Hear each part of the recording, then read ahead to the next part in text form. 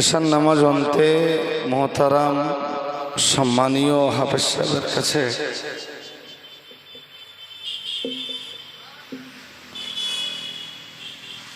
বেশ কিছু গুরুত্বপূর্ণ কথা শুনছিলেন।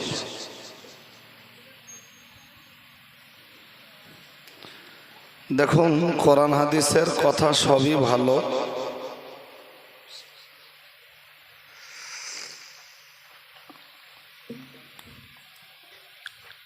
পার্থক্য শুধু এতটুকু,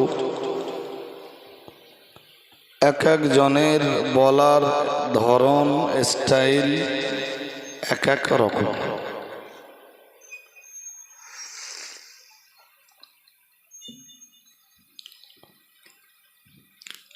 নইলে কোরআন সুন্নাহ তো আলাদা কিছু হয় না।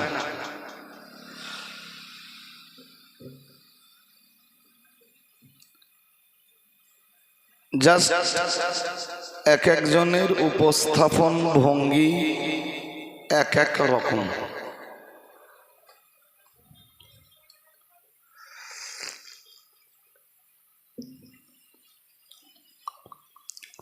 আমি কোরআন শরীফের সূরা ইয়াসিন থেকে একটি আয়াতে কারিমা পড়েছি।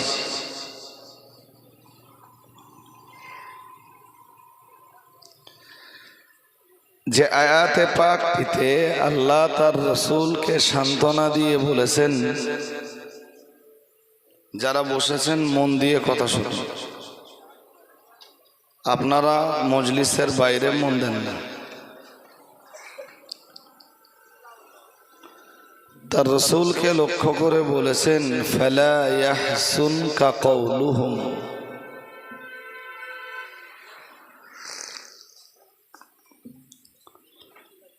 আল্লাহ বলেন তাদের কথা যেন আপনাকে চিন্তিত না করে।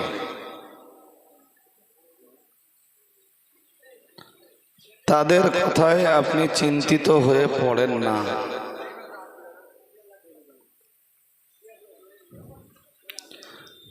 তারা যা বলছে, তারা যা করছে, তাদেরকে তা বলতে করতে দিন।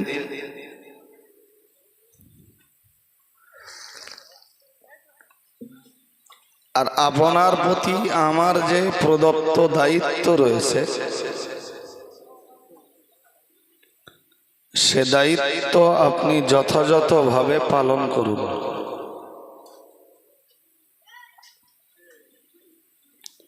ওরা কি বলল, কি করলো, ওদিকে আপনি ভ্রুক্ষেপ করেন না, ওর প্রতি গুরুত্ব আরোপ করেন না।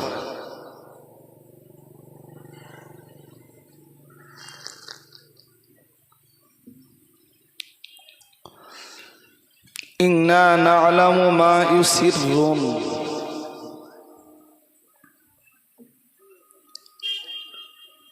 আল্লাহ রাব্বুল আলামিন বলেন, নিশ্চয়ই আমি জানি তারা গোপনে যা করে।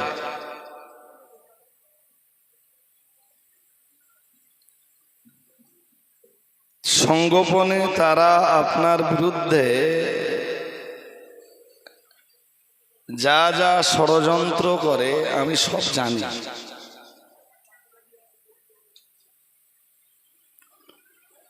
তাহলে তাদের গোপন ষড়যন্ত্র যদি আমি জানি, তাহলে তাদের প্রকাশ্য ষড়যন্ত্রটা আরো ভালো জানি। তাই হবে তো নাকি? তাদের গোপন ষড়যন্ত্র যদি আমি জানি, তাদের প্রকাশ্য ষড়যন্ত্র আমি জানবো না কেন?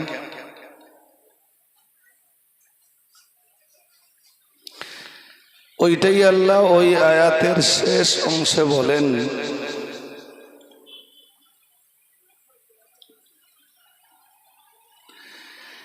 ইন্না না'লামু মা ইউসিররুনা ওয়া মা ইউ'লিনুন, তারা অপ্রকাশ্যে যা করে আপনার বিরুদ্ধে যা সিদ্ধান্ত নেয় সেটাও আমি জানি।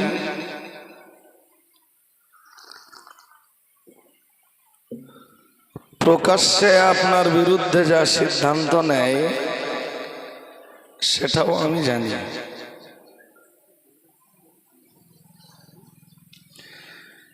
তাদের টোটাল কার্যকলাপ কোনোটাই আমার জানার বাইরে নয়।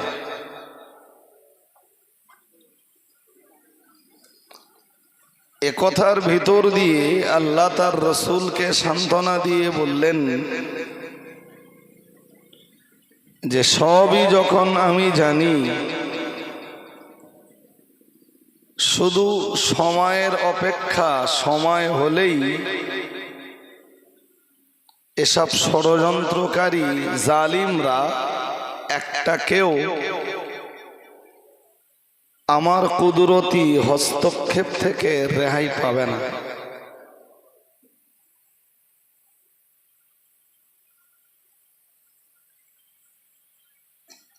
কেউ রেহাই পায়নি। চরম শত্রু আবু জাহাল সে তার শাস্তি বুঝে পেয়েছে।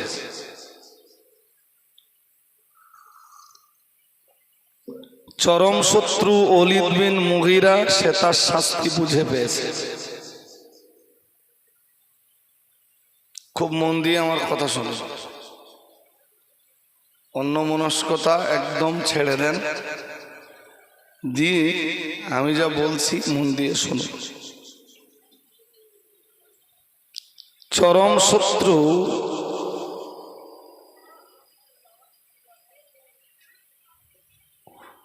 ওলীদ বিন মুগীরা সে তার শাস্তি বুঝে পেয়েছে। উতবা, সায়বা, রাবেয়া এরা প্রত্যেকেই তাদের শাস্তি বুঝে পেয়েছে। চরম শত্রু আবু লাহাব সেও তার শাস্তি বুঝে পেয়েছে।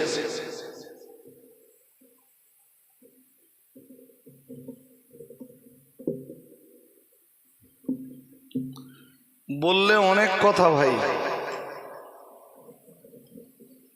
বিশেষ করে রবিউল আব্বাল মাসে রসুল পাকের শান, মান, ইজ্জত, আজমত, তার জীবন আদর্শ, তার জীবন দর্শন আলোচনার মাস।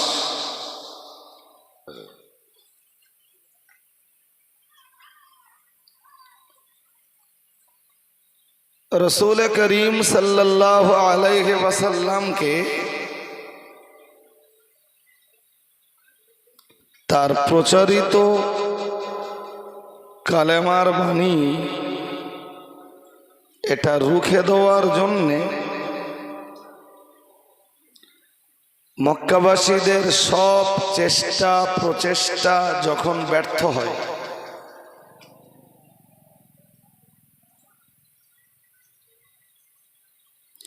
সব চেষ্টা প্রচেষ্টা বলতে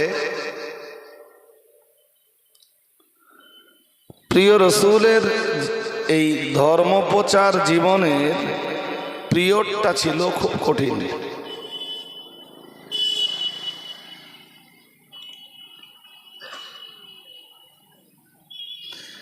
রসুলের উপরে নাজেল হওয়া কোরআনুল কারীমের এই বাণী রসুল যখন প্রচার করতে গেছেন,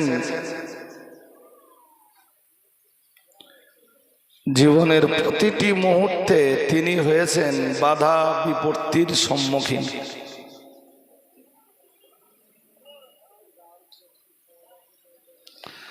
সত্য প্রচার যারাই করে, হকের প্রচার যারাই করে, তারা সবসময় বাধা বিপত্তির সম্মুখীন হয়।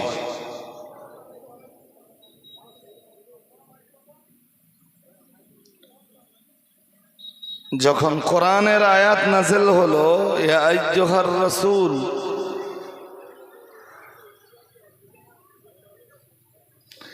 বাল্লিগ মা উনসিলা ইলাইকা মির রাব্বিক,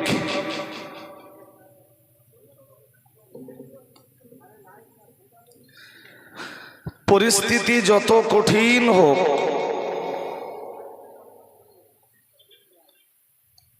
আল্লাহর পক্ষ থেকে রসুলের কাছে মানব জাতির কল্যাণে যে মেসেজগুলো আসছে, সেই মেসেজগুলির জবাব, সেই মেসেজগুলি মানব জাতির কাছে পৌঁছে তো রসুলকে দিতেই হবে। এটা তার দায়িত্ব, এটা তার কর্তব্য।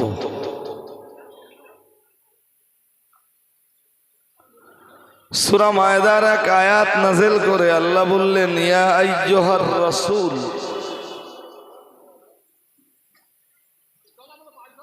বললেন হে আমার রাসূল, বাল্লিগ, আপনি পৌঁছে দিন, অথবা আপনি প্রচার করুন, ধর্ম প্রচার। নবী যেন বললেন, আল্লাহ আমি কি পৌঁছে দিব? আল্লাহ বললেন, মা উনসিলা ইলাইকা মির রাব্বিক, পৌঁছে ওইটা দেবেন যেটা আপনার রবের পক্ষ থেকে আপনার প্রতি নাজিল হয়েছে। সুবহানাল্লাহ। আর একটু মন খুলে বলুন। 40 বছর বয়সে রসুল পাকের উপরে নাজিল হয়েছে কোরআন।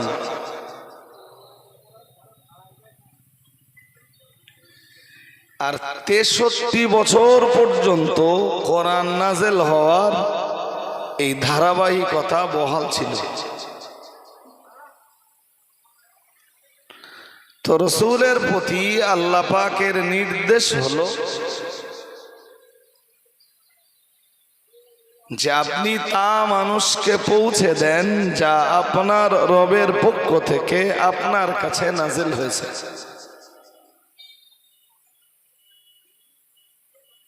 আপনাকে কষ্ট হলেও মানুষের কাছে পৌঁছে দিতে হবে। যে মেসেজগুলি মানুষের কাছে আপনি পৌঁছাবেন, ওগুলো মানুষের কাছে তিক্ত লাগবে, তিতো লাগবে, এরপরেও আপনাকে পৌঁছে দিতে হবে।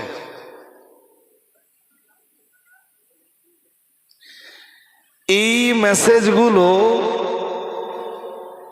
মানুষের কাছে পৌঁছালে মানুষ আপনার শত্রুতে পরিণত হবে, এরপরেও আপনার দায়িত্ব এগুলো মানুষের কাছে পৌঁছে দেওয়া।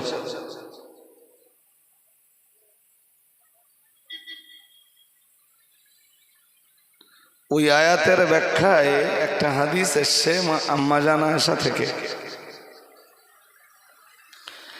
আম্মা জান আয়েশা সিদ্দিকা রাদিয়াল্লাহু তাআলা আনহা বলেন,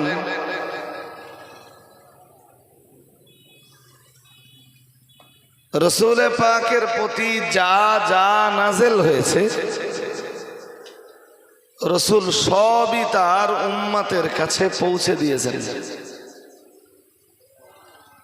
সুবহানাল্লাহ বললেন না তো? এটা শুধু ওয়াজ নয়, নবীর প্রতি উম্মতের ঈমান। উম্মতের প্রতি, উম্মত নবীর প্রতি যেমন ঈমান আনবে, তার নবী এবং রসূল হওয়ার উপরে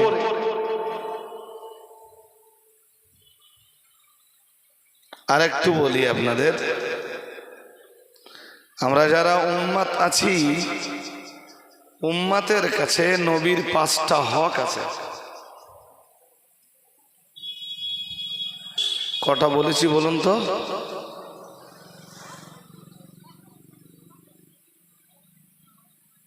নবীর কাছে উম্মতের হক নয়, উম্মতের কাছে নবীর হক 5টা। এই 5টা অধিকারের ভিতরে প্রথম অধিকার হলো আল ঈমান বিন নবী, উম্মাত নবীর উপরে ঈমান আনবে।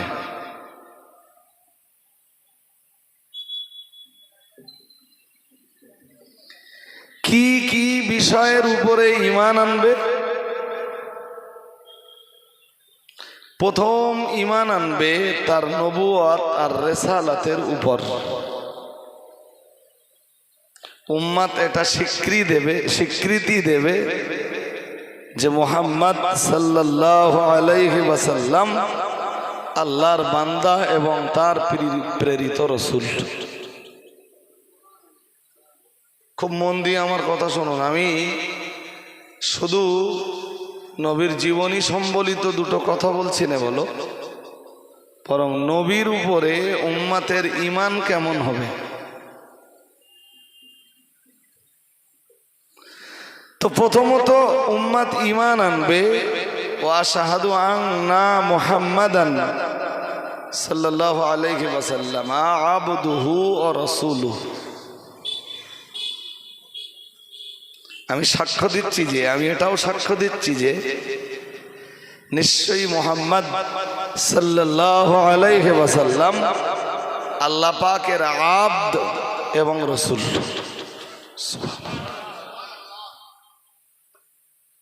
মহানবী সাল্লাল্লাহু আলাইহি ওয়াসাল্লাম আবদ কার? আল্লাহর। মহানবী সাল্লাল্লাহু আলাইহি ওয়াসাল্লাম বান্দা কার? বান্দা। কথা বলে না,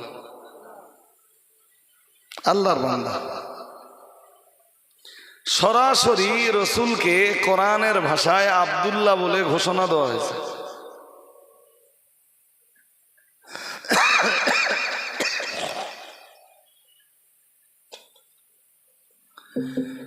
টোটাল কোরআনে রসুলের প্রত্যক্ষ এবং পরোক্ষভাবে 7টি নাম পাওয়া যায়।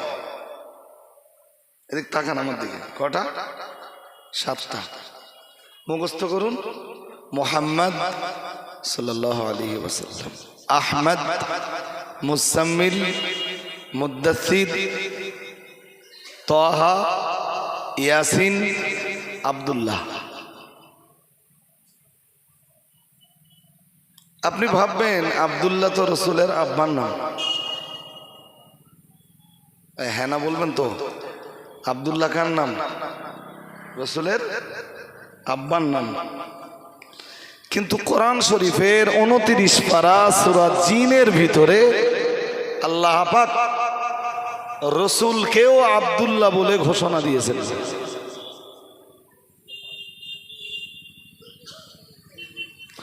وأنه لما قام عبد الله وأنه لما قام عبد الله। তাফসীর কারকরা লিখেছেন যে এখানে আব্দুল্লাহ বলতে মুহাম্মাদুর রাসূলুল্লাহ সাল্লাল্লাহু আলাইহি ওয়াসাল্লাম।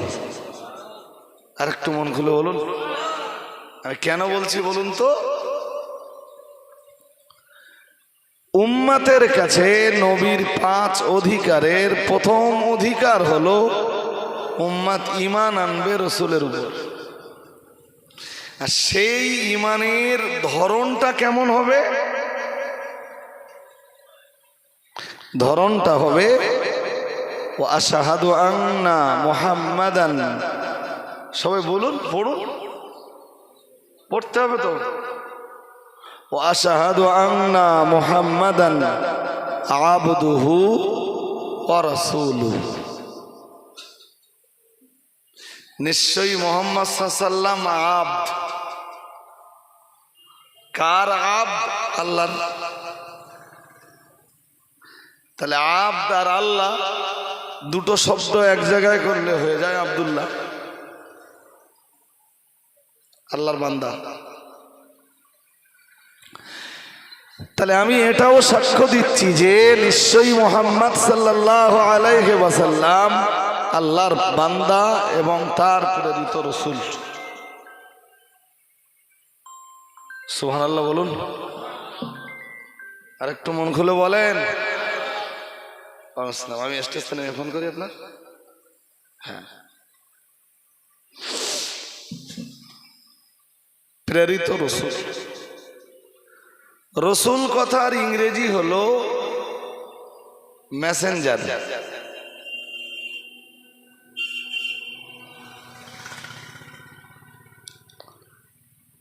বাংলা হলো দূত, দয় দীর্ঘ ত, দূত।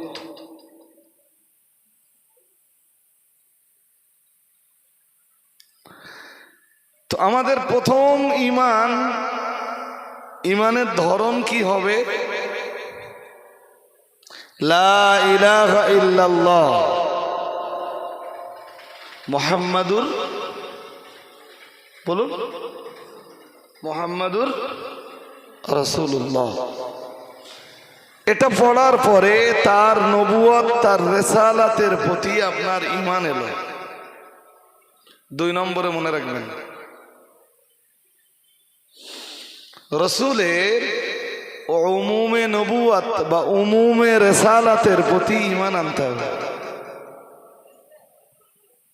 আরে বাবা, এক নম্বরে তো আপনি ঈমান আনলেন মুহাম্মাদুর রাসূলুল্লাহ বলে সাল্লাল্লাহু আলাইহি ওয়াসাল্লাম, অথবা ওয়াশহাদু আন্না মুহাম্মাদান আবদুহু ওয়া রাসূলুহু সাল্লাল্লাহু আলাইহি ওয়াসাল্লাম বলে আপনি ঈমান আনলেন। কিন্তু এরপরে আপনাকে ঈমান আনতে হবে তার উমুমে রিসালাতের উপর, যে তার রিসালাত শুধু আমার জন্য না, পৃথিবীতে তার নবী হিসাবে আগমন শুধু আমার জন্য না, তিনি শুধু আমার একা রসুল নন, তিনি শুধু আমার একা নবী নন, তিনি যে সকলের নবী, সকলের রসুল, এর প্রতিও আপনাকে ঈমান আনতে হবে।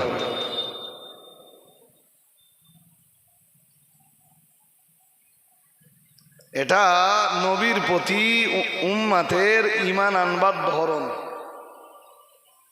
যা আমার দেশের অধিকাংশ সাধারণ মানুষ জানে না।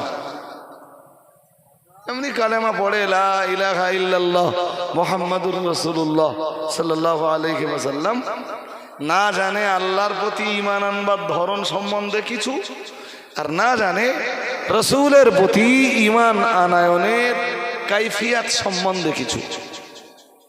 তাই ধারণাটা দিচ্ছি। আপনি যখন বললেন মুহাম্মাদুর রাসূলুল্লাহ, তো রসুলের রিসালাত নবুয়তকে আপনি মেনে নিলেন।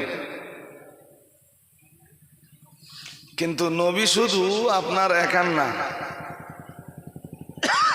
আমার দিকে মন দেন, মন একদম বাইরে দেবেন না। কেউ আসবে কেউ যাবে, ভাই লোক আমার বেশি লাগে না, আমি সব মজলিসেই বলি যে লোক আমার বেশি লাগবে না। কথাগুলো আপনারা শুনে এই কোরআন হাদিসের মানদণ্ড সম্বলিত এই কোরআন সুন্নাহের এই আলোচনাগুলো শুনে আপনারা জীবন গড়লে আপনারাও লাভবান, আমিও জ্ঞান। কোরআনের আমি এতক্ষণ ধরে এই কথা কেন বললাম, এই কথার জবাব এবার নেন। আপনি তো বলতে পারেন ওদের আমি ঈমান এনেছি, তো উমুমে রিসালাত, উমুমে নবুয়তের উপরে আবার কি ঈমান আনতে হবে, তার জবাবটা দেই। দেখে কোরআনের সূরা আম্বিয়ার 107 নম্বর আয়াত পড়ে দেখবেন, যে আয়াতটা আমাদের দেশের মৌলবীরা এভেলেবেল পড়ে। শুনলে আপনারা বুঝতে পারবেন, পড়ে সবাই। জি, আল্লাহ পাক রব্বুল আলামিন জানিয়েছেন, ওমা আরসালনাকা ইল্লা রাহমাতাল লিল আলামিন। সুবহানাল্লাহ। আল্লাহ তার রাসূলকে বলেছেন যে নিশ্চয়ই আমি আপনাকে প্রেরণ করেছি, আমি আপনাকে পাঠিয়েছি রাহমাতুল লিল আলামিন করে।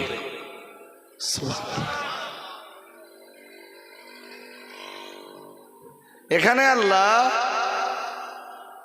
নবীকে বললেন, নবী হলেন রাহমাতুল লিল আলামিন। আর একবার বুঝবার চেষ্টা করুন। সূরা আম্বিয়ার 107 নম্বর আয়াতে আল্লাহ নবীকে বললেন রাহমাতুল লিল আলামিন। সূরা ফাতিহার প্রথম আয়াত পড়ে দেখবেন, সূরা ফাতিহায় আল্লাহ পাক নিজের পরিচয় ব্যক্ত করতে যে বললেন আলহামদুলিল্লাহ, সমস্ত প্রশংসা আল্লাহর। বলুন আলহামদুলিল্লাহ। বান্দা যেন জানতে চাইল যে সমস্ত প্রশংসা যে আল্লাহর, তার পরিচয় কি? আল্লাহ পাক নিজের পরিচয় নিজেই ব্যক্ত করলেন, ব্যক্ত করে বললেন আলহামদুলিল্লাহ রাব্বিল আলামিন। সুবহানাল্লাহ। বললেন প্রশংসা সব যে আল্লাহর, সে আল্লাহর পরিচয় হলো তিনি রব্বুল আলামিন। তিনি, সবাই বলুন তিনি। তাহলে সূরা ফাতিহার প্রথম আয়াতে রব্বুল আলামিন কে? উত্তর দেন সবাই, বলুন আল্লাহ। আর সূরা আম্বিয়ার 107 নম্বর আয়াতে রাহমাতুল লিল আলামিন কে? বিশ্বনবী। সুবহানাল্লাহ। এবার চলুন ওই আলামিন শব্দটার একটু হালকা ব্যাখ্যা করি, বেশি না। বেশি ব্যাখ্যা করলে তো অনেক সময় লাগবে। আলাম মানে হলো জগৎ,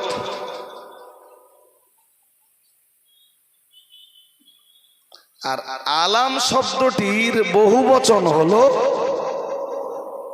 আলামিন, ছিল আলামুন। আরবি ব্যাকরণের কায়দায় পড়ে ওটা হয়ে গেছে আলামিন। আলাম এক বচন, ওর বহু বচন আলামুন। তা আরবি ব্যাকরণের কায়দায় পড়ে সূরা ফাতিহার প্রথম আয়াতে ওটা হয়ে গেছে আলামিন। আলহামদুলিল্লাহ রাব্বিল, তার মানে আল্লাহ এক জগতের রব নন, সব জগতের রব। এবার এই পর্যন্ত বুঝে থাকলে বলুন আল্লাহ শুধু এক জগতের রব না সব জগতের রব? যত জগৎ আছে সব জগতের রব বলুন সবাই আল্লাহ। আর যত জগৎ আছে সব জগতের জন্য রাহমাত মুহাম্মাদুর রাসূলুল্লাহ। সব জগতের রব আল্লাহ, সব জগতের রাহমাত নবী। আর একটু মন খুলে বলুন না। তাহলে নবী শুধু আমার একা হলো না সবার হলো? শুধু এই জগতের হলেন না সব জগতের হলেন? হ্যাঁ, এই কারণে কোরআন বলেছে। এবার দু একটা আয়াত পড়ি, বলে বুঝতে পারবেন, আপনারা বুঝতে পারছেন। এবং আপনাদের মতো শ্রোতাদের যা ক্যাটাগরি আর কি, আলহামদুলিল্লাহ শ্রোতা হিসাবে আপনারা প্রশংসার দাবি রাখেন। আমরা গল্প করে বললেও আপনারা বুঝতে পারেন। কোরআনে এই কথাটা বহু আয়াতে এসছে, এক দুই আয়াতে না। যেমন আল্লাহ এক আয়াতে বলেন কুল, হে রাসূল আপনি বলুন, ইয়া আইয়ুহান নাস, হে মানব মণ্ডলী, ইন্নী রাসূলুল্লাহি ইলাইকুম জামিআ, ইন্নী নিশ্চয়ই আমি রাসূলুল্লাহি আল্লাহর রাসূল, ইলাইকুম তোমাদের কাছে, তোমাদের কাছে, তোমাদের প্রতি তথা তোমাদের সকলের জন্য আমি আল্লাহর রাসূল। আর একটু মন খুলে বলেন। তাহলে নবী শুধু আরববাসীদের হলেন না সকলের হলেন? নবী শুধু ভারতবাসীর হলেন না তামাম বিশ্ববাসীর হলেন? ওইটার প্রতি ঈমান আনতে হবে যে নবী শুধু ভারতবাসীর না, নবী শুধু আমার না, আমার পরিবারের সদস্যদের না, আমার গ্রামের মানুষের না, আমার অঞ্চলের মানুষের না, নবী শুধু আমার জেলার মানুষের না, আমার রাষ্ট্রের মানুষের নয়, মুহাম্মদ সাল্লাল্লাহু আলাইহি ওয়াসাল্লামকে আল্লাহ तमाम পৃথিবীর কুল কায়নাতের, কুল মাখলুকাতের, तमाम আলামের জন্য নবী বানিয়েছেন। ওর প্রতিও আপনাকে মানতে হবে। আমার কথা কি বুঝতে খুব অসুবিধা হচ্ছে? হ্যাঁ, শুধু ওই মুহাম্মাদুর রাসূলুল্লাহ সাল্লাল্লাহু আলাইহি ওয়াসাল্লাম পড়ে দেবেন, ওতে রসুলের প্রতি ঈমান আনার হক আদায় হবে না। ওই ওই ওই কথাটা পড়বার সময় ভাবতে হবে তিনি নবী শুধু আমার একা নন, তিনি সকলের নবী। ওই বিশ্বাসটা কালবে থাকতে হবে।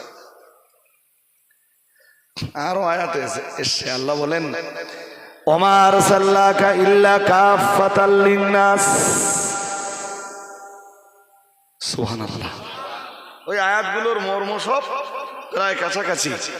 আল্লাহ বললেন সমগ্র মানব মণ্ডলীর জন্যে আপনাকে যথেষ্ট রূপে পাঠানো হয়েছে। সমগ্র মানব জাতির জন্যে আপনাকে পাঠানো হয়েছে যথেষ্ট রূপে। সুবহানাল্লাহ। আপনি সমগ্র মানুষের জন্য যথেষ্ট। সৌদি আরবেরা, মক্কা মদিনার বাসিন্দারা যদি দাবি করে যে নবী আমাদের, ঠিক হবে? কথা বলেন। মদিনাওয়ালারা যদি বলে নবী শুধু আমাদের, কথা ঠিক হলো? হ্যাঁ, সবাই দাবি করবে নবী আমাদের। আর সবার কালবেই বিশ্বাস থাকতে হবে যে নবী শুধু আমাদের না, तमाम বিশ্ববাসীর, কুল কায়নাতের, तमाम মখলুকের। সুবহানাল্লাহ। ওইটাই ঈমান। ওটা নবীর প্রতি ঈমানের দ্বিতীয় পর্যায়। যেমন এক হাদিসে এসছে, বলতে গেলে তো সময় যায় ভাই, গুছিয়ে গুছিয়ে গুছিয়ে গুছিয়ে কথা বলতে গেলে সময় যাবে। এক হাদিসে এসছে, নবীজি বলেন, উতিতু খামসান লাম ইউতাহুন্না আহাদুন ক্বাবলি। বুখারী শরীফের হাদিস।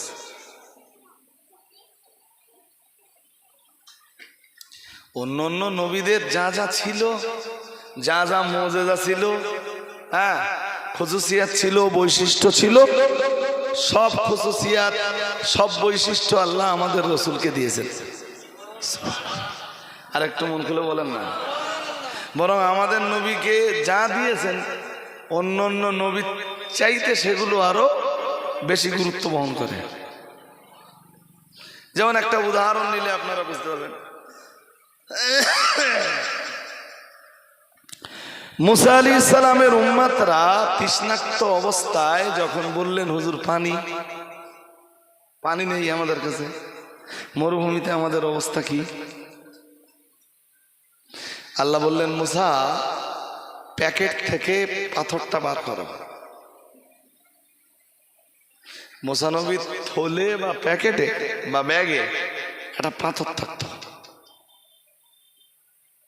সে পাথরেরও আলাদা ইতিহাস আছে, সেই ইতিহাসের ভিতরে আমি যাচ্ছি না ভাই। আর আপনারা জানেন যে মুসা নবীর হাতে একটা লাঠি থাকতো। লাঠি শুধু মুসা নবীর হাতে না ভাই, নবীরা সবাই লাঠি ব্যবহার করতেন। আর লাঠির বিরাট উপকারিতা আছে। রাত্রে এখান থেকে সভা শেষে আপনি একা একা বাড়ি যাবেন, কুকুর পাঁচ লেগেছে, হতে পারে যে আপনি একটু দূর থেকে এসছেন, হেঁটে হেঁটে বাড়ি যাচ্ছেন, হাতে যদি একটু একটা লাঠি থাকে একটু সাহস বাড়বে না? হ্যাঁ না কিছু বলেন না কেন? বাড়বে না? এই জন্য নবীরা সবসময় লাঠি রাখতেন সঙ্গে। আর মুসা আলাইহিস সালামের লাঠির ইতিহাস আবার একটু ভিন্ন রূপে। যেগুলো আপনারা শুনেছেন, লাঠি ছেড়ে দিতেন, সাপ হতো, সাপ ধরতেন, বলুন লাঠি হয়েছে তো। এ তো শুধু ইতিহাস না, এ কোরআনের জ্বলন্ত সত্য।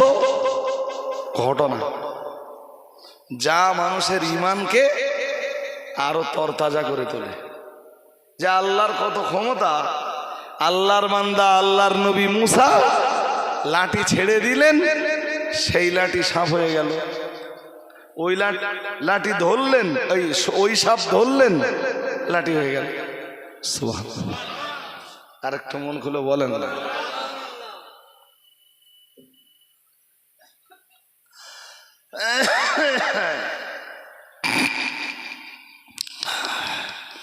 আমি ইতিহাস বলতে চাচ্ছি না ভাই, এরপরেও নিতান্ত যেগুলো না বললে নয় সেগুলো তো আমার বলতে হবে।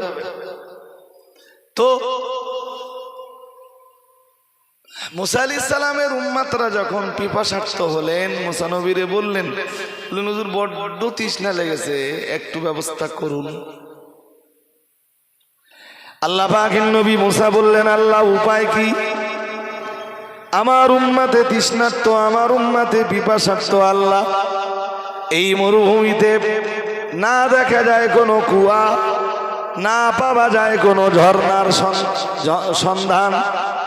ও রব্বুল আলামিন, আমার উম্মতের জন্য আমি পানি পাবো কই? আল্লাহ বললেন, মুসা প্যাকেটে সেই পাথরটা আছে? বললেন আছে। হাতের লাঠি আছে? বললেন আছে। আল্লাহ বললেন, ফাদরিব বিআসাকাল হাজার, লাঠি দিয়ে পাথরে মারো। লাঠি দিয়ে পাথরে আঘাত করো।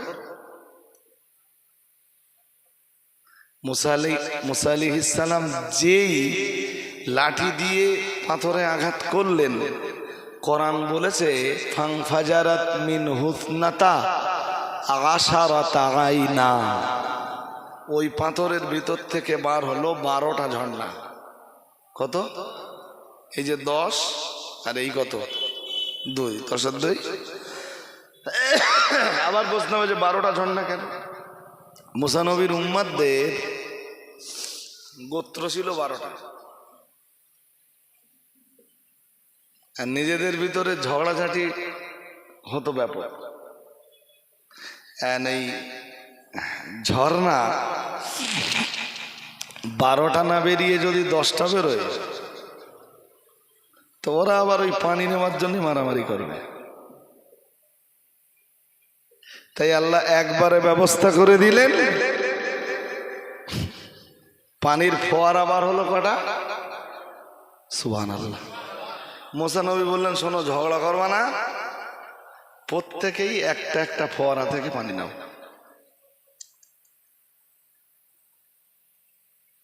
বাকিটা ইতিহাস। পাথর থেকে পানি বার হওয়া এটা অসম্ভব কিছু নয়। কোরআন বলেছে, আমি না। সুম্মা কাসাত কুলুবুকুম মিন বাদে যালিক, মহান আল্লাহ জানিয়েছেন, এরপরে ওদের অন্তর হয়ে গেল খুব শক্ত। আমরা যেন বললাম আল্লাহ, ওদের অন্তর কতটা কঠোর হয়ে গেল। আল্লাহ পাক রব্বুল আলামিন বললেন, ফাহিয়া কাল হিজারা, পাথরের মতো। কিসের মতো? কাদের অন্তর সে ব্যাখ্যা আর নিতে হবে না আপনাদের। আল্লাহ বললেন ওদের অন্তর হয়ে গেল, অথবা তোমাদের অন্তর হয়ে গেল। সুম্মা কাসাত কুলুবুকুম মিন বাদে যালিকা, এরপরে তোমাদের অন্তর হয়ে গেল পাথরের মতো। আল্লাহ পাক রব্বুল আলামিন জানিয়েছেন, তোমাদের অন্তর কঠিন হয়ে গেল। ফাহিয়া কাল হিজারা, আর দেখতে দেখতে তা পাথরের মতো শক্ত হয়ে গেল। আল্লাহ পাক রব্বুল আলামিন আবার বললেন, আসাদ্দু কসওয়াতান, অথবা ওই পাথরের চেয়ে তোমাদের অন্তর হয়ে গেল আরো কঠিন। এত অজনসিয়াত হয়, মানুষের মন গলে না কেন? এত বলা হচ্ছে নামাজ পড়ো, ঘুম পাচ্ছে নাকি সন্ধ্যেবেলা? হ্যাঁ, এত বলা হয় নামাজ পড়ো, এরপরেও মানুষ নামাজে যায় না কেন? অন্তর কি হয়ে গেছে বলছেন না কেন বলেন? পাথরের মতো খুব শক্ত হয়ে গেছে। আমরা বললাম কতটা? আল্লাহ বললেন পাথরের মতো। আল্লাহ পরে আবার বললেন কারো কারো অন্তর পাথরের মতো শক্ত। কারণ ওয়াইন্না মিনহা লামা ইয়াতাফাজ্জারু মিনহুল আনহার, আল্লাহ পাক রব্বুল আলামিন জানিয়েছেন কারণ দুনিয়ায় এমন বহু পাথর রয়েছে যাদের বুক চিরে পানি বার হয়। আর একটু মন খুলে বলেন, ওই পাহাড় সফর টপর যারা করেছে, ওই যে পাহাড় থেকে যে ঝর্ণার পানি নামে, ও পানি বেরোচ্ছে করতে, বলুন বলুন। আল্লাহ বললেন কিন্তু তোর গাঁও অন্তর না, এর চেয়ে শক্ত হয়ে গেছে। যাক, আমার ওয়াজ এইটা নয় আজকে, কিন্তু বলে ফেললাম এই জন্যে।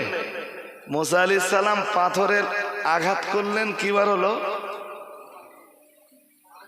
তা পাথর থেকে পানি বার হওয়া অনেকটা স্বাভাবিক, কারণ এমনি পাথর থেকে ঝর্ণার পানি বার হয়। হ্যাঁ না বলে না? হ্যাঁ। কিন্তু ওই মরুভূমিতে যখন কোনো পানি ছিল না, মুসা আলাইহিস সালাম লাঠি দিয়ে একটু গুঁতো মারলেন বা লাঠি দিয়ে আঘাত করলেন, 12টা ঝর্ণা বার হলো। এটা মুসা নবীর মুজিজা। আল্লাহ ওর চাইতে দুরন্ত মুজিজা দিয়েছেন আমাদের রাহমাতুল লিল আলামিনকে। কেমন মুজিজা দিয়েছেন? হুদায়বিয়ার সন্ধির সময় নামাজে রক্ত হয়েছে, সাহাবীদের কাছে পানি নেই, সম্ভবত আসরের রক্ত, সাহাবীদের কাছে পানি নেই। একজন সাহাবীর কাছে একটা পাত্রে অল্প খানিকটা পানি আছে।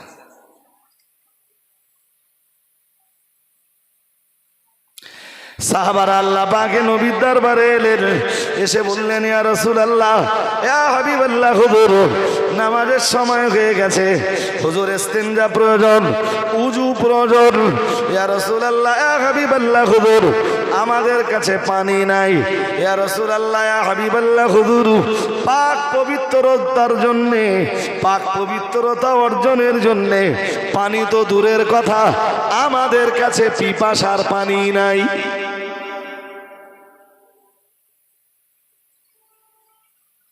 আরে বাবা, এই কাছে পানি আছে, ধরুন আপনার কাছে পানি আছে, তা পানি এতটা পরিমাণ আছে, আপনি মরুভূমির কোনো রাস্তা দিয়ে যাচ্ছেন, নামাজের সময় হয়েছে, যদি আপনার ভয় হয় যে এই পানি দিয়ে উযু করলে পরবর্তী সময়ে পানি পাওয়ার আগেই আমি পিপাসার্ত হয়ে যাব এবং আমার তৃষ্ণা পিপাসা চরম পর্যায়ে পৌঁছে যাবে, তাতে আমার জীবনের আশঙ্কাও থাকতে পারে, তখন এই পরিস্থিতিতে তায়াম্মুম করা যায়। তায়াম্মুম করা যায়। সাহাবারা বললেন হুজুর খাবার পাক পবিত্রতা অর্জনের পানি বা উজুর পানি ও তো বহু দূরে থাক, পিপাসা নিবারণের পানি নেই। তো একজনের কাছে অল্প একটুখান পানি আছে, নবী বললেন পাত্রটা আনো। তো পাত্রটা আনা হলো। পাত্রটা আনলে রাসূল করিম সাল্লাল্লাহু আলাইহি ওয়াসাল্লাম ওতে হাত ডুবিয়ে দিলেন, আর রসুলের এই আঙ্গুলের ফাঁক দিয়ে পানির ঝর্ণা বার হতে লাগলো।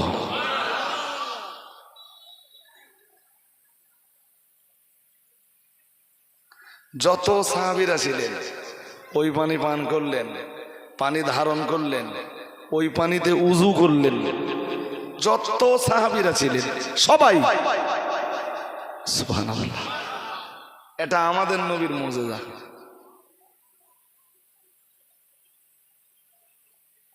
কোনদিন যেন ভাববেন না যে মুসা নবীর মতো মুজিজা আল্লাহ আমাদের নবীকে দেয়নি।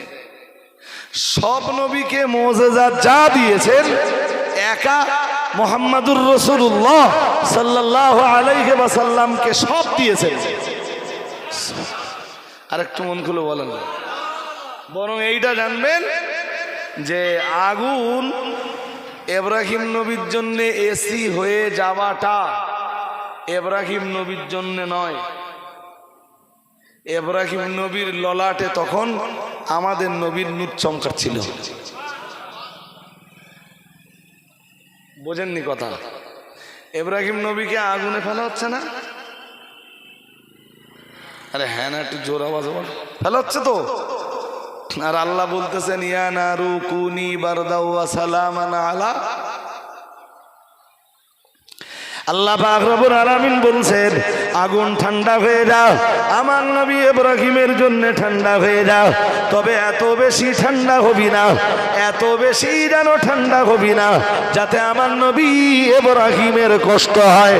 তাই আমার আল্লাহ আবার একটা শব্দ দিলেন ওয়াসালামান, আমার ইব্রাহিমের জন্য তুই শান্তি দানকারী হয়ে যা। আর একটু মন খুলে বলো, সাবধান হয়ে যাস, আমার ইব্রাহিমের একটা পশম পর্যন্ত তুই জ্বালাতে পারবি না। তাফসীর কারকরা তো লিখেছেন যে ইব্রাহিম আলাইহিস সালামের জন্য আগুন ঠান্ডা হলো, শান্তিদায়ক হলো, ইব্রাহিম নবীর পশম জ্বালালো না, পোড়ালো না। এসবের পিছনে কারণ ছিল তখন ইব্রাহিম আলাইহিস সালামের ললাটে আমাদের নবীর নূর চমকাচ্ছে। আমাদের নবী তো ইব্রাহিম আলাইহিস সালামের বংশ থেকেই আসবে। বুঝতে কষ্ট হচ্ছে নাকি? ইসমাইল আলাইহিস সালামকে ইব্রাহিম নবী ছুরি চালাচ্ছে, জবাই করছে। ছুরি চলে বাট কাটে না। কেন কাটে না? আমাদের নবীর নূর তখন ইসমাইল আলাইহিস সালামের ললাটে চমকাচ্ছে।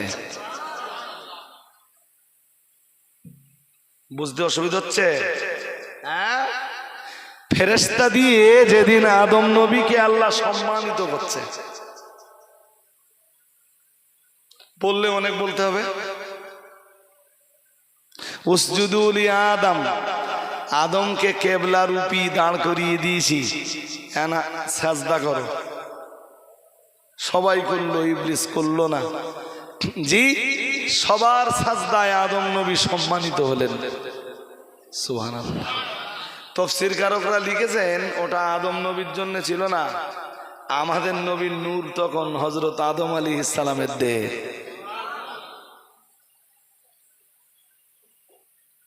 বুঝতে অসুবিধা হচ্ছে? হাজরিনে মজলিস, বাকি ওই কথাগুলোর ব্যাখ্যা অনেক লম্বা।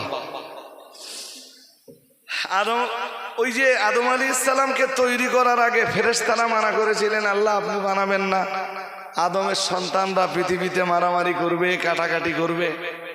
এসব শুনেছেন না আপনারা? কথা বলেন, শুনতেছেন না? কোরআনে আছে, কোরআনে আছে। ফেরেশতারা বললেন আল্লাহ আপনি আদম বানাবেন না। কেন? বলে আল্লাহ যদি আতাজালু ফিহা মান ইউফসিদু ফিহা, আপনি পৃথিবীতে আদম পাঠাবেন, আদম আর এই আদমের আওলাদরা পৃথিবীতে যে সন্ত্রাস সৃষ্টি করবে, ত্রাস সৃষ্টি করবে, বিপর্যয় ডেকে আনবে, ওয়াসফিকুদ দিমা, পৃথিবী রক্তে লাল করে ফেলাবে, পৃথিবীতে রক্ত প্রবাহিত করবে, রক্তারক্তি করবে। বানাইয়েন না আল্লাহ। ونحن نسبح بحمدك ونقدس لك, نحن نسبح بحمدك, আল্লাহ আমরা তো আপনার পবিত্রতার ঘোষণা দেই, আমরা তো আপনার নামের তাসবিহ পড়ি, অনুকাদ্দিসু লাক, আমরাই তো আপনার পবিত্রতা ঘোষণা করি আল্লাহ।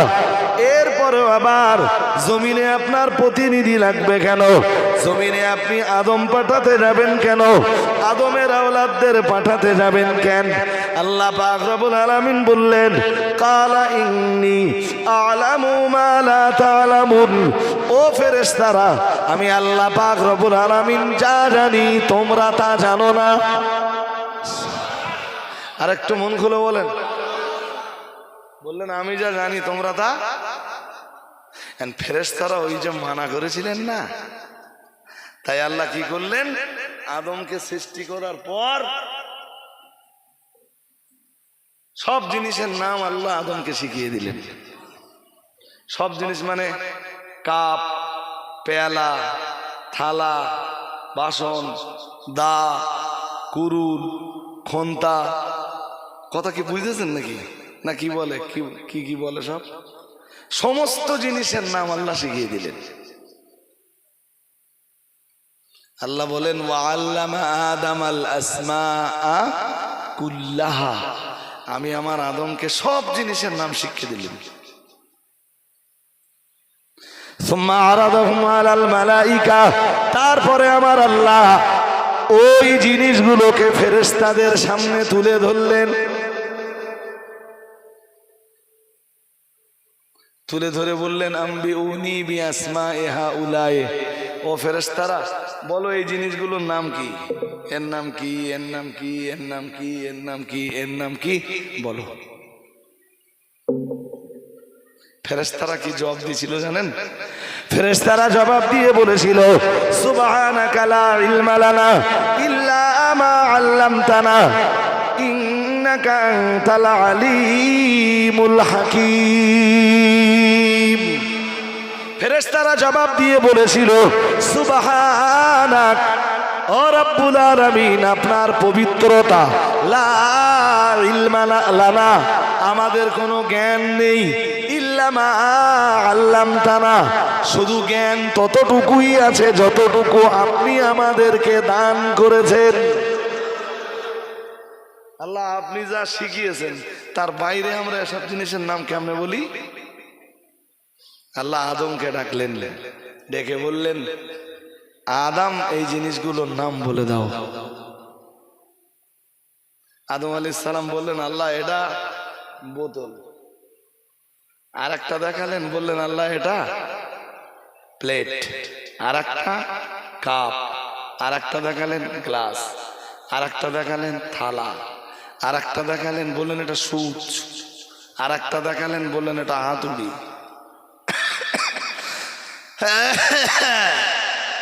ফেরেশতাদের সামনে আল্লাহ আদম আলাইহিস সালামকে সম্মানিত করলেন। আর একটু মন খুলে, কি দিয়ে যেন সম্মানিত করলেন? জিনিসপত্রের নাম শিখিয়ে। জিনিসপত্রের, তাই তো? আরে হ্যাঁ না বলবেন তো, তারপর তো পরের কথাটা বলবো। হ্যাঁ, কিন্তু নবীকে কি বললেন আল্লাহ? আমাদের নবীকে সূরা ইয়াসিন, সূরা আর রহমানের দিকে যদি তাকান, আল্লাহ পাক রব্বুল আলামিন বললেন আমি তো জান্নাতের ভিতরে সেদিন আদম আলাইহিস সালাম আদম আলাইহিস সালামকে তামাম জিনিসের নামগুলো শিখিয়ে দিয়ে আমার ফেরেশতা মণ্ডলীর সম্মুখে সম্মানিত করেছিলাম। আর আল্লাহ পাক রব্বুল আলামিন আমাদের নবীর ব্যাপারে জানিয়েছেন আর রহমান আল্লামাল কোরআন খালাকাল ইনসান আল্লামাহুল বায়ান। আল্লাহ পাক রব্বুল আলামিন বললেন আর রহমান দয়াময়, আর রহমান দয়াশীল। আমরা জানো বললাম কে রহমান, কে দয়াময়, কে দয়াশীল? আল্লাহ পাক রব্বুল আলামিন বললেন আল্লামাল কোরআন, দয়াশীল দয়াময় তিনি, যিনি দয়া করে তার বান্দা মুহাম্মদ সাল্লাল্লাহু আলাইহি ওয়াসাল্লামকে কোরআন শিখিয়েছেন। আরেকটু মন খুলে বলেন, এই জিনিসের নাম শেখাচ্ছেন না, কি শেখাচ্ছেন? হ্যাঁ, এই জন্য মুহাম্মদ সাল্লাল্লাহু আলাইহি ওয়াসাল্লামের সম্মান আকাশের নিচে জমিনের উপরে এত বেশি যে আসমানের সর্বশ্রেষ্ঠ কিতাব, আল্লাহ যত কিতাব নাযিল করেছেন সর্বশ্রেষ্ঠ কিতাব কোরআনুল কারীম মুহাম্মদ সাল্লাল্লাহু আলাইহি ওয়াসাল্লামকে দিয়েছেন। শুধু দিয়েছেন না, পড়িয়েও দিয়েছেন। আরেকটু মন খুলে, তিনি কোরআনে বলেছেন সানুকরিউকা ফালা তানসা ইল্লা মা শা আল্লাহ ইন্নাহু ইয়ালামুল জাহরা ওয়া মা ইয়াখফা। সুবহানাল্লাহ। বললেন ও নবী, কারোর কাছে পড়তে টড়তে আপনার যাওয়া লাগবে না। আপনি আবার কার কাছে পড়তে যাবেন? কে আপনার পড়াতে পারে? কার সাধ্য আছে আমার বান্দা, আমার নবী, আমার রাসূল, আমার খাতামুন নবিয়্যিন, আমার রাহমাতুল লিল আলামিন কে পড়াতে পারে? সানুকরিউকা ফালা তানসা, সময় হলে আমি আল্লাহ নিজেই আপনাকে পড়িয়ে দিব। আপনি আবার পড়তে পড়তে কার কাছে যাবেন? আমার কথা কি বুঝতেছেন নাকি?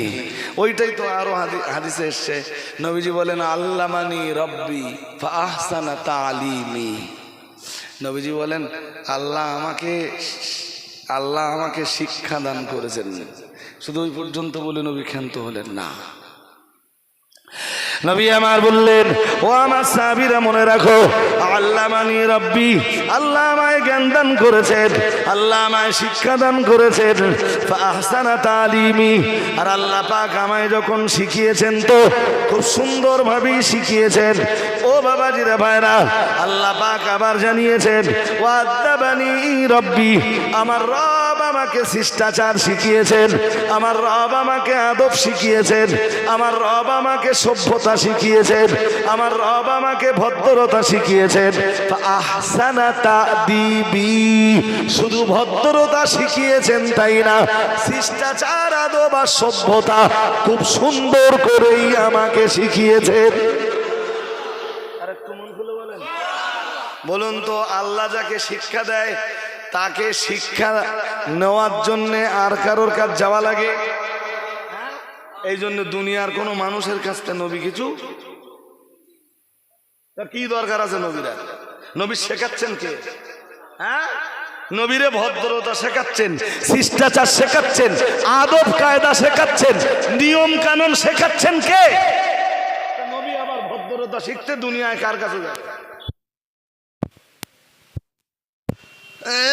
আদম আলাইহিস সালামকে শিখিয়েছেন জিনিসপত্রের নাম, আর আমাদের নবীকে শেখাচ্ছেন কি? কুরআনুল কারীম। সুবহানাল্লাহ। আমাদের নবীকে শেখাচ্ছেন আদব, আমাদের নবীকে শেখাচ্ছেন শিষ্টাচার, আমাদের নবীকে নিজে দায়িত্ব নিয়ে ভদ্রতা সভ্যতা যা যা লাগবে সব আল্লাহ নবীকে দান করছেন। ও নবী, ভদ্রতা সভ্যতা আদব আর শিষ্টাচার আপনি পৃথিবীর কোনো মানুষকে শেখাতে যাবেন না, বরং বিশ্ববাসীর জন্য আপনি মাস্টার। তাম পৃথিবীর সবাইকে আপনি ভদ্রতা শেখাবেন। আর একটু মন খুলে বলেন। এই জন্য নবীত্ব কিছু পেতে বাকি ছিল না, যা যা লাগবে আল্লাহ সব নবীরে দিয়ে দিয়েছেন। ওই যে সূরা কাউসার পড়েন না আপনারা? বলুন কাউসার মানে কি? বলুন কাউসার। আর কিচ্ছু মানে না। হাউজে হাউজে কাউসার আমরা ওই পর্যন্তই জানি, কিন্তু হাউজে কাউসার ওটা ওটা একটা অ্যান্সার, বাট অ্যাকচুয়াল কাউসার কি জানেন? অ্যাকচুয়াল কাউসার হলো জান্নাতের এক নদী, নাহারুন ফিল জান্নাহ। সুবহানাল্লাহ। মেরাজের রাত্রে রাসূল পরিভ্রমণ করতে করতে এক নদীর ধারে এলেন, এসে দেখলেন সেই নদীর দুটো কিনারায় মতি নির্মিত গুম্বদ, এবং সেই নদীর মাটি থেকে মেশকম্বরার চাইতে সুগন্ধি নির্গত হচ্ছে। মাটি থেকে নবীজি জিবরিলকে জিজ্ঞেস করলেন, বললেন এটা কি? ফেরেশতা জিবরিল বললেন, হাদাল কাউসার আল্লাযী আতাকা রাব্বুক, এটা হলো সেই কাউসার যেটা আপনার রব আপনাকে দান করেছেন। কাউসার কাউসার ওই কাউসারের পানি ওখান থেকে, মানে জান্নাতের ওই নদী থেকে, খুব মন দিয়ে শুনতে হবে, বাইরে থেকে মন দিলে হবে না, দুই নালা দিয়ে, এক নালা রৌপ্যের আর এক নালা স্বর্ণের। শুনছেন নাকি? এক নালা রৌপ্যের মানে রূপোর, একটা সিলভারের আর একটা গোল্ডের, মানে আর একটা সোনার। ওই নদী থেকে দুটো নালা নেমে আসবে হাসরের ময়দানে নবীর হাউজে। নবীজি বলেছেন, আল্লাহ আমাকে হাসরের মাঠে হাউজ দিবেন, সেই হাউজে পানি থাকবে, আমি আমার উম্মাদকে সেই পানি, সেটাও কাউসারের পানি। তা সে তো কাউসার তো জান্নাতে আছে, তা কি করে নেমে আসবে এই পানি? ইমাম মুসলিম তার সহিহ মুসলিমের ভিতরে এক হাদিসে পরিষ্কার বলে দিয়েছেন যে ওখান থেকে দুটো নালা নেমে আসবে হাসরের মাঠে নবীর এই হাউজে। আর ওই নদীর পানিতে নবীর হাউস ভর্তি হয়ে যাবে। সুবহানাল্লাহ বলেন, আরো আওয়াজ দিয়ে বলুন। তাহলে এবার বলুন তো, কাউসার কি? কাউসার জান্নাতের একটা নদী, জান্নাতের একটা নদী, অথবা হাসরের ময়দানের নবীজির হাউস ভর্তি কাউসারের পানি। তাই হলে তো। কিন্তু এছাড়াও তাফসীরকারকরা, মন দিয়ে না শুনলে বলো আমি বোঝাতে পারবো না, আর বকা বলো বেকার হয়ে যাবে। আর আমি এই কিছু সূক্ষ্ম পয়েন্ট এই জন্য বলছি, সূক্ষ্ম পয়েন্টগুলো আপনারাই নিতে পারবেন ইনশাল্লাহ। তো তাফসীরকারকরা কাউসারের এই যে ব্যাখ্যাগুলো বললাম আমি কম বেশ, ওর তো আরো অনেক ব্যাখ্যা আছে, মোটামুটি যা বলেছি আপনারা তো বুঝে গেছেন। এছাড়াও কাউসারের আর একটা চূড়ান্ত দুরন্ত ব্যাখ্যা আছে। কাউসার শব্দটা যারা আরবি একটু অর্ধেক জানে তারা তাড়াতাড়ি বুঝবে, আর আপনারা বুঝতে পারবেন তো একটু সময় লাগবে। কাউসার শব্দ এসছে কাসির শব্দ থেকে। কাসির মানে অনেক, কাসির মানে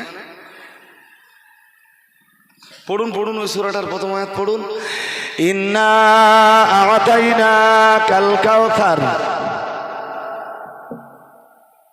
নিশ্চয়ই আপনাকে কাউসার দান করেছি। কি দান করেছি? সবাই বলুন, জোরে বলুন, কাউসার। কে দান করেছেন? আল্লাহ। নিশ্চয়ই আপনাকে দান করেছি। তাহলে কাউসারের মানে কি? তাফসীরকারকরা লিখেছেন, ইন্না আ'তাইনাক আল কাউসার। তাফসীরকারকরা এর পরেই লিখেছেন আল কাউসার আই আল কাসীর।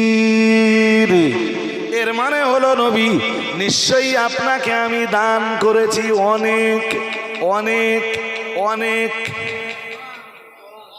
আরেকটু মন খুলে, কি দান করেছেন? আবার বলে কাউসার ঘুরে ফিরে। বোঝালাম কি আপনারা এতক্ষণ ধরে? অনেক। সূরা দোহা কোরআনের সূরা নাম্বার 93, মুখস্থ করুন। সূরা দোহা 30 পারা। অদ-দোহা ওয়াল লাইলি ইযা সাজা মা ওয়াদ্দাকা রাব্বুকা ওয়া মা ক্বালা ওয়ালাল আখিরাতু খায়রুল লাকা মিনাল উলা। শুনতেছেন না এই সূরা? 100 সূরা নাম্বার 93। আর সূরা কাউসারের সিরিয়াল হলো 108। 100 ওখান থেকে 93 থেকে 100 হলে কত হবে? আরে বাবা 93টা ধরে বলবেন তো। সূরা দোহা তো 93 নম্বর সূরা, তাহলে কয় হলে? 93 থেকে 100 হলে কত? 7। যখন 93 ধরে বলবেন তখন হবে কত? 8। আর এদিকে সূরা কাউসার 108 নম্বর সূরা। কয় নম্বর? 108 নম্বর সূরা। তো 8 কত হলে? 16। এবার সূরা কাউসারটা মাইনাস করে রাখেন এক সাইডে। সূরা কাউসারের আগে সূরা দোহা থেকে মাউন পর্যন্ত 15টা সূরা।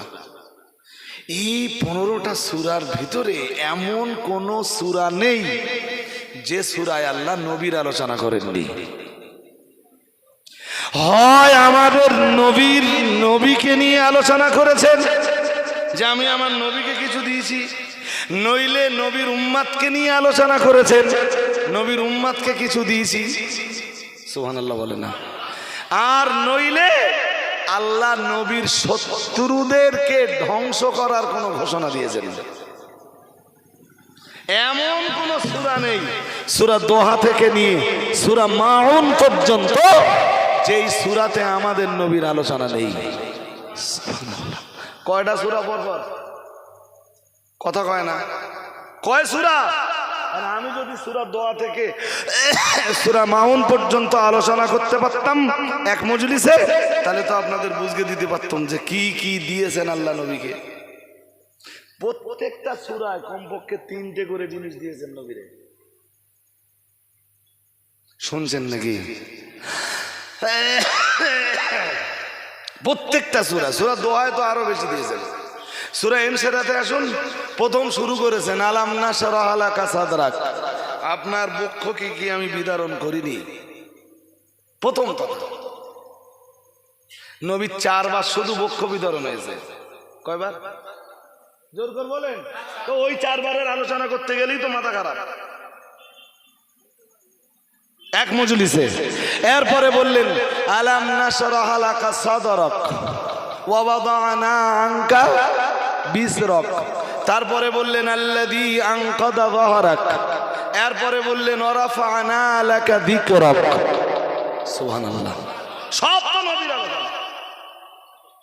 সূরা 3 পড়েন, ওর পরে ওয়াত-তিন ওয়াস-সাইতুন ওয়া তুরি সিনিন ওয়া হাযাল বালাদিল।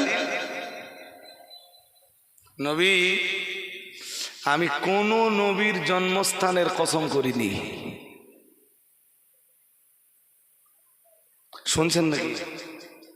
ও হাদাল বালাদিল আমিন বলতে এই নিরাপদ নগরীর কসম। এই নিরাপদ নগরী বলতে মক্কা নগরী। আল্লাহ নবীরে বোঝালেন যে আমি কোন নবীর জন্মস্থানের কসম করিনি। আপনার ইজ্জতের কারণে, আপনার সম্মানের কারণে আমি কোরআনুল কারীমের ভিতরে আপনার জন্মস্থান মক্কাতুল মুকাররমাকে আল বালাদুল আমিনের মর্যাদা দান করেছি। আপনাকে দেয়নি কি আমি? এমন কোন সূরা নেই। আর একটু আগাবেন, চলে আসুন। আমি সব তো বলতে পারছি না, শুধু কনসেপশন দিচ্ছি আপনাদের। ইন্না আনজালনাহু ফি লাইলাতিল কদর। কি দেয়নি আল্লাহ? আল্লাহ বললেন নিশ্চয়ই আমি কোরআন নাযিল করেছি কদরের রাতে। আপনি কি জানেন কদরের রাত কি? লাইলাতুল কদরি খায়রুম মিন আলফি শাহর। কদরের একটা রাত 1000 মাসের ইবাদতের চাইতেও শ্রেষ্ঠ রাত। ও রাতটাও আপনাকে আর আপনার উম্মতকে দান করেছি। এই এত কিছু দেওয়ার পরে এবারে আল্লাহ সূরা কাউসারে এসে বলছেন, সূরা কাউসারে এসে বলছেন ইন্না আতাইনাকাল কাউসার, নিশ্চয়ই আপনাকে দিয়েছি। নবী জানো বললেন আল্লাহ কি দিয়েছেন? আল্লাহ বললেন কি দিয়েছি? আল কাউসার, অনেক অনেক অনেক। আর একটু মন খুলে বলেন, এটা কাউসারের প্রথম তাফসীর।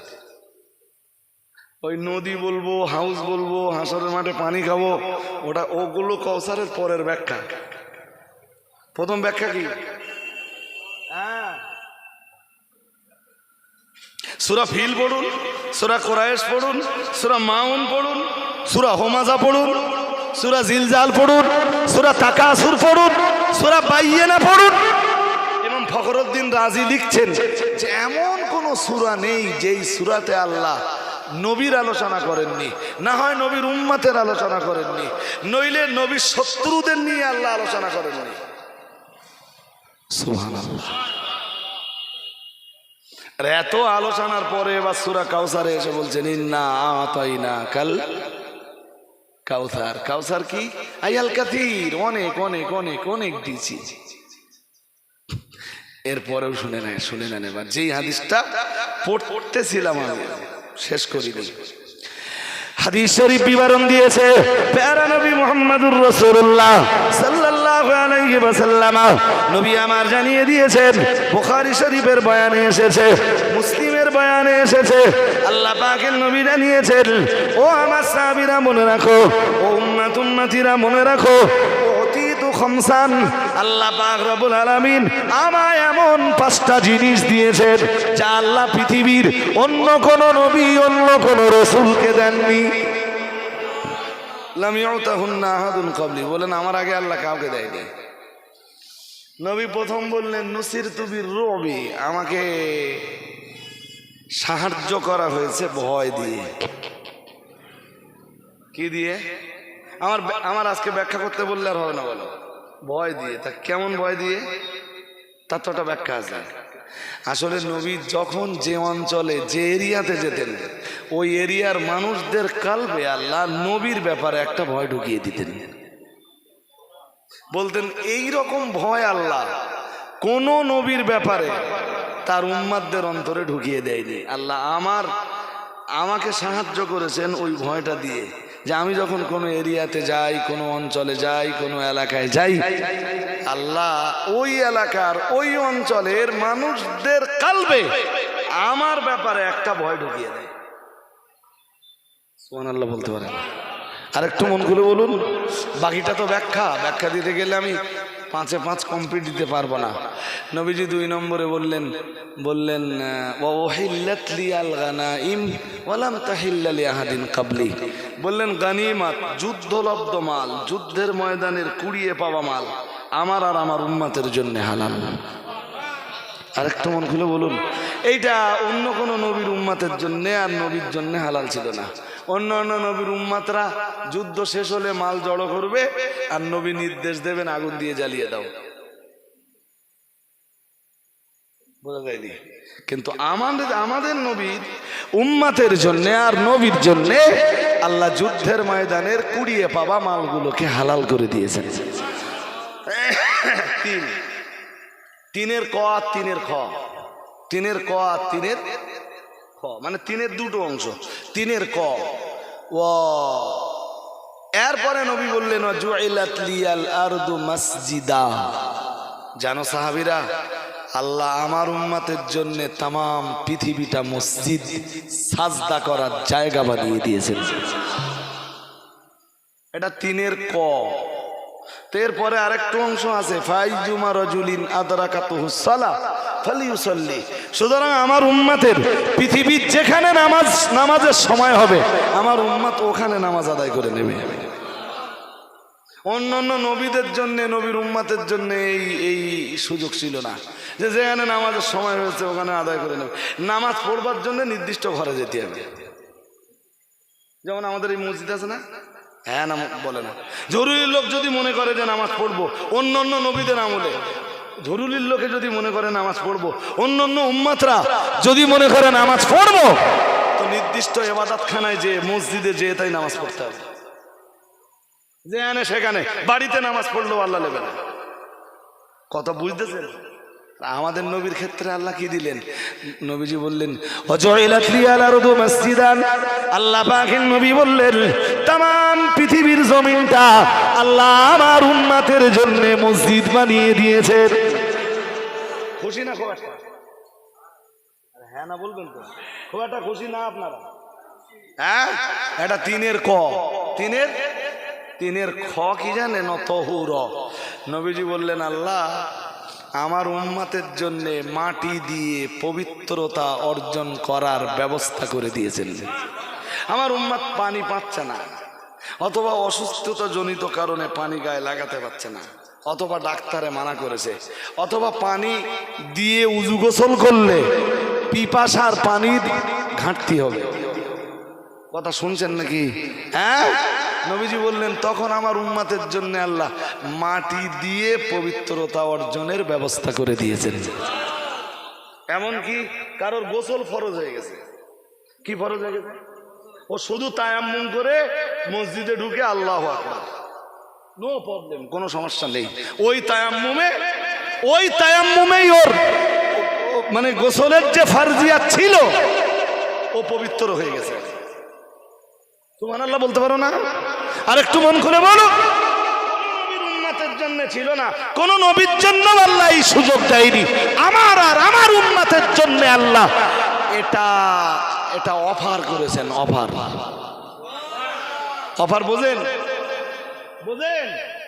আপনি পানি লাগাতে পারছেন না, নামাজ পড়বেন না, একটা লোকের পা ভেঙে গেছে, তা পা ভাঙার কোনো এক রাত্রে তার প্রতি গোসল ফরজ হয়েছে। তো গোসলে তো সব ধৌত করতে হয়, ও গোসল করবে কেন? অথবা ক্ষতবিক্ষত শরীর, গোসল করার নো কন্ডিশন, ও নামাজ পড়বে না, এটা চলবে না। ও নামাজ পড়বে না, এটা চলবে না, ওকে তায়াম্মুম করে নামাজ পড়া লাগবে। আমি কি বোঝাতে পারছি আপনাদের? তাহলে 3 ক খ হয়ে গেল। 4 নবীজি বলেন ওয়াতিতু শাফাআ, আল্লাহ আমাকে শাফাআতের পাওয়ার দান করেছেন। সবাই যেদিন নাফসি নাফসি করবে, সবাই যেদিন বলবে লাস্তু হুনাকুম, আমি মুহাম্মাদুর রাসূলুল্লাহ সাল্লাল্লাহু আলাইহি ওয়াসাল্লাম বলছি, আনা আফদালু শাফিঈ ওয়া মুশাফফাইন, আমি হব সেদিন প্রথম সুপারিশকারী, আর আমার সুপারিশ কবুলও করা হবে। আর একটু মন খুলে, এটা গেল 4। নবী 5 নম্বরে বলেছেন কানান নবিয়্যু ইউবাসু ইলা কওমিহি খাসসা ওয়া বুইসতু ইলান নাসি আম্মা। নবীজি বলেছেন পৃথিবীর প্রত্যেক নবীকে আল্লাহ পাঠিয়েছেন এক সীমাবদ্ধ এরিয়ার জন্য। আমার সীমাবদ্ধ কোনো এরিয়া নেই। সীমাবদ্ধ এরিয়া বোঝেন? বোঝেন না? কাউকে আল্লাহ পাঠিয়েছেন বসিরহাটের নবী করে, বারাসাতের দায়িত্ব তার উপরে না, বারাসাতে আলাদা নবী আছে, বুঝতেছেন না? কাউকে বানিয়েছেন আল্লাহ নট 24 এর নবী হিসাবে, হাওড়া জেলার দায়িত্ব তার উপরে না, হাওড়া জেলায় আলাদা নবী আছে। কাউকে বানিয়েছেন আল্লাহ ওয়েস্ট বেঙ্গলের নবী, বিহারের দায়িত্ব তার উপরে না, তিনি এই ওয়েস্ট বেঙ্গলের ভিতরে সীমাবদ্ধ। এবার সে আগের কথাটা মনে করুন, যেখানে নামাজ করছিলাম, মনে পড়তেছে না? পুরোপুরি পড়তেছে না এখনো। প্রিয় নবী মুহাম্মদুর রাসূলুল্লাহ সাল্লাল্লাহু আলাইহি ওয়াসাল্লাম নবী আমার জানিয়ে দিয়েছেন কানান নবিয়্যু ইবাসু ইলা কওমিহি খাসসাতান ওয়া বুইসতু ইলান নাসি আম্মাতান আও কামা ক্বালা আলাইহিস সালাম।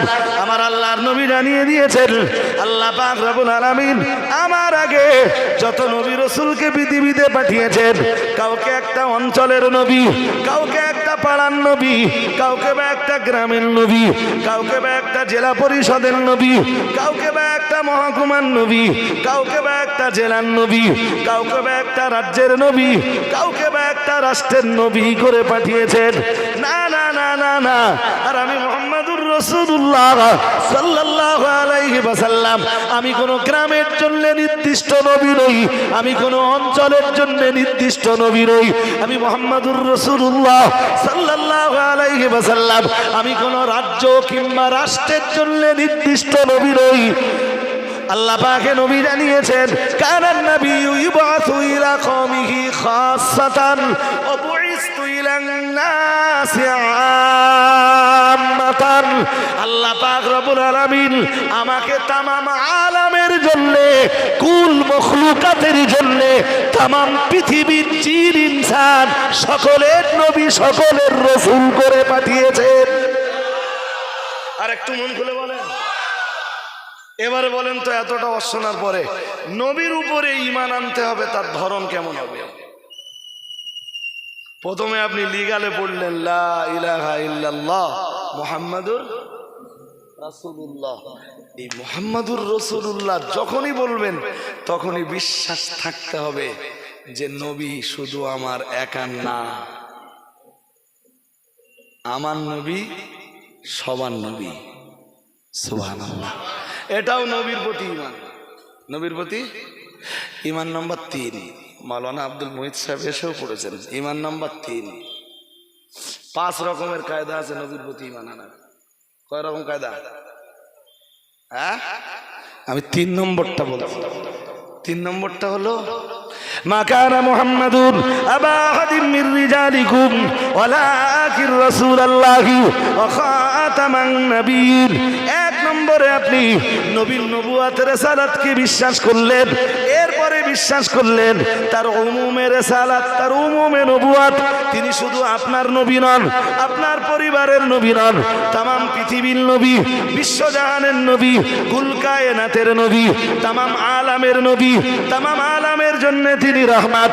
3 নম্বরে নবীর প্রতি আপনার যে বিশ্বাসটা লাগবে, নবীর প্রতি আপনার ঈমান, যে ঈমানটা লাগবে, সেই ঈমানটা হলো মাকানা কানা মুহাম্মাদুন আবা আহাদিন মির রিজালিকুম ওয়ালাকিন রাসূলুল্লাহি ওয়া খাতামান নাবিয়্যিন। শুধু এই বিশ্বাসটা করা লাগবে যে আপনার নবীর পরে আর কোনো নবী নাই, আর কোনো নবী নাই। কেউ যদি বলে মুহাম্মদ সাল্লাল্লাহু আলাইহি ওয়াসাল্লামের প্রতি, মুহাম্মদ সাল্লাল্লাহু আলাইহি ওয়াসাল্লামের পরে আরো কোনো নবী আছে, ওর ঈমান চলে। তাহলে ঈমানের ধরনটা কি বুঝতে পারতেছেন যে কোন ধরনের ঈমান আপনার নবীর উপরে আনতে হবে? বোঝাতে পারছি না আমি? পাচ্ছি। 4 নম্বরে আপনাকে ঈমান আনতে হবে। আমি তো ব্যাখ্যা করিনি এখানে, 3 নম্বরটা তো মোটেই ব্যাখ্যা দেইনি। 4 নম্বরে নবীর প্রতি আপনার কি ঈমান আনতে হবে সেটা জানেন? জানেন না। যেটা আমি শুরুতে বলছিলাম, আম্মা আয়েশা বলেছেন, কেউ যদি বিশ্বাস করে আল্লাহ নবীকে যা দিয়েছেন, নবী তার কিছু অংশ গোপন করেছেন, আম্মা আয়েশা বলেছেন তার ঈমান চলে যাবে। আল্লাহ তার নবীকে যা দিয়েছেন, রাসূল কোনো কৃপণতা না করে হুবহু উম্মতের কাছে তা পৌঁছে দিয়েছেন। এটা হবে উম্মতের ঈমানের 4র্থ পর্যায়। আমি কি বোঝাতে পারলাম আপনাদের? হ্যাঁ, তাহলে ঈমান মজবুত করুন। শুধু লা ইলাহা ইল্লাল্লাহ মুহাম্মাদুর রাসূলুল্লাহ পড়লে হবে না। পড়বার সময় এই কথাগুলো আপনাকে ভাবতে হবে। পড়বার সময় এই কথাগুলো আপনাকে ভাবতে হবে। মাওলানা আব্দুল মুহিত সাহেব এসেও গেছেন, আর আমি চেষ্টা করেছি শুরু থেকে নিয়ে এই পর্যন্ত আপনাদের দ্বীন